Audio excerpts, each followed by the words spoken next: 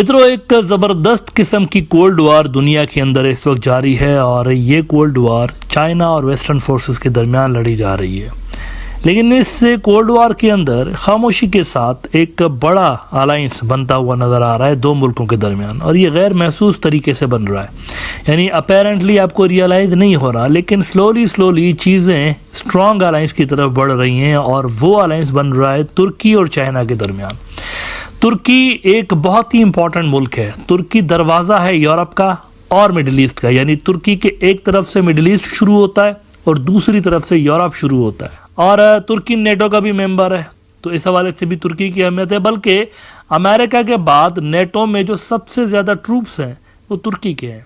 तुर्की की इतनी ज़्यादा अहमियत नेटो के अंदर है।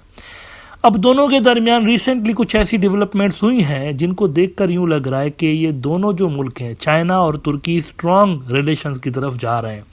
पिछले दिनों एससीओ के इजलास में तैयब अर्दोगान भी आए हुए थे और उनकी मुलाकात हुई शी जिनपिंग के साथ वहाँ पर एससीओ के फोरम के अंदर। अल मॉनिटर ने इस मुलाकात पर रिपोर्ट किया था कि Erdogan meets Xi, praises Turkey's ties with China-led SCO bloc. The Turkish president reaffirmed his country's commitment to deepening cooperation with the China-led bloc.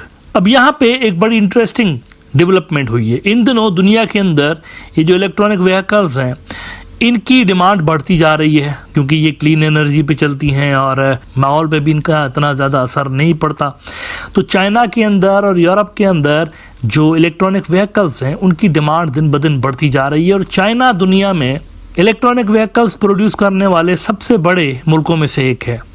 अब चाइना ने एक बहुत बड़ा डिसीजन लिया हुआ है। उन्होंने क्या किया है कि टर्की के अंदर वो एक प्लांट लगाने जा रहे हैं इन्हीं व्हीकल्स का, और ये स्ट्रेटेजिक मूव नज़र आता है ताकि कल को अगर यूरोप वाले या वेस्ट वाले इनके ऊपर सैंक्शंस लगाते हैं, फ़र्ज़ करें इनकी इस मार्केट के ऊपर, तो भी उनके पास ये वाला ऑप्शन मौजूद हो और ये यहाँ टर्की यानी यूरोप के दरवाजे पे गाड़ियाँ बना बना के यूरोप के अंदर बेच रहे होंगे। ब्लूमबर्ग ने इस पर रिपोर्ट किया हुआ है कि China's BYD is poised to build $1 billion electronic vehicles plant in Turkey. President Erdogan is expected to announce agreement on Monday. Car maker is already in the midst of building plant in Hungary. एक Hungary में बन रहा है, दूसरा यहाँ पे बन रहा है। अच्छा, यहाँ वाला जो है वो सिग्निफिकेंट है, वो बहुत ज़्यादा सिग्निफिकेंट है क्योंकि ये मिडिल ईस्ट की भी मार्केट को कवर कर सकता है, ये जो टर्की के अंदर बन रहा है। इसमें वो आगे कहते हैं कि Turkey's president Tayyip Erdogan is expected to announce the accord on Monday during a ceremony in Manisa province where the plant will be built.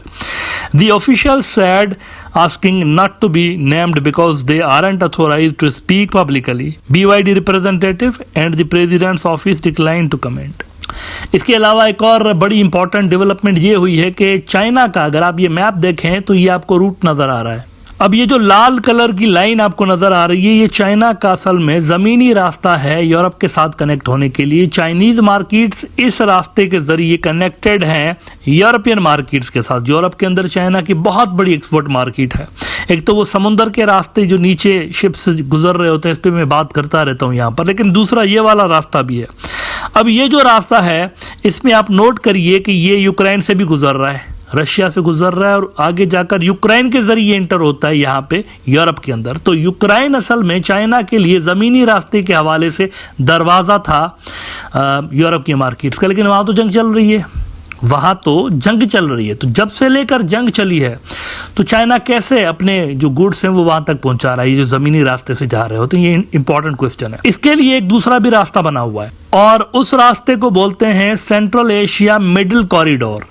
इसके रास्ते से वैसे रेल भी गुजर रही होती है, कार्गो ट्रेन्स भी गुजर रहे होते हैं। अब ये जो रास्ता है, अब ये जो आप अपनी स्क्रीन पर देख रहे हैं, ये असल में सेंट्रल एशिया मिडिल कॉरिडोर है। इसमें आप देखिए कि ये ऊपर यूक्रेन से नहीं गुजर रहा, ये नीचे से गुजर रहा है और ये तुर्की के रास्ते से जा रहा है। ऑल्दो ये यूक्रेन से कनेक्टेड ज़रूर है, ये जो लाइन आप देख रहे हैं ब्लू कलर की, ये यूक्रेन जा रही है, लेकिन ये टर्की के ज़रिए यूरोप के अंदर भी क्रॉस कर रही होती है नीचे से, यानी यूक्रेन को बाईपास करते हुए। ये वाला अभी रास्ता मौजूद है।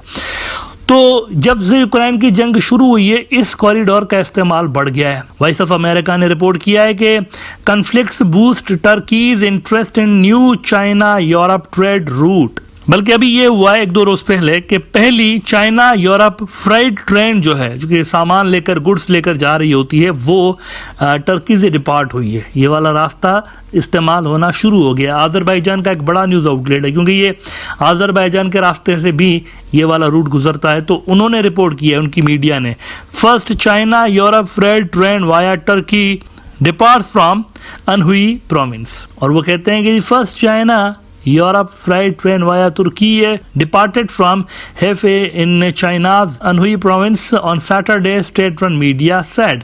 110 कंटेनर्स थे इसके अंदर डले हुए, और 90,000, वो कहते हैं कि 90,000 जो ट्रिप्स हैं वो चाइना यूरोप जो ट्रेन है वो 2011 से लेकर कंप्लीट कर चुकी है। लेकिन ये पहला वाला था, ये जो टर्की के रास्ते गए तो ये पहला वाला था। तो ये भी आपको डीप टाइज की तरफ चीजें जाती हुई नजर आ रही हैं कि टर्की जो है वो दरवाजा बन रहा है चाइनीज प्रोडक्ट्स का यूरोप के अंदर दाखिल होने के लिए, जमीनी दरवाजा टर्की बन रहा है। अच्छा, इसके अलावा आपको ये बता दूं कि यूरोप के अंदर टर्की के अलावा भी 2-3 ऐसे मुल्क हैं जो कि अमेरिका की प्रेशर के बावजूद बड़े बेहतरीन टाइज रखे हुए हैं चाइनीज के साथ, because of Chinese supply chain and Chinese trade. इसके अलावा एक बहुत बड़ी डेवलपमेंट हुई है जो कि यहाँ पर शेयर करना ज़रूरी है। एससीओ के अंदर मैंने आपको बताया कि एर्दोगान साहब आए हुए थे और उनकी मुलाकात हुई शी जिनपिंग के साथ, लेकिन याद रखिए कि तुर्की जो है एससीओ का मेंबर नहीं है, ये मतलब एज अ मेंबर नहीं वहाँ पर आए हुए थे।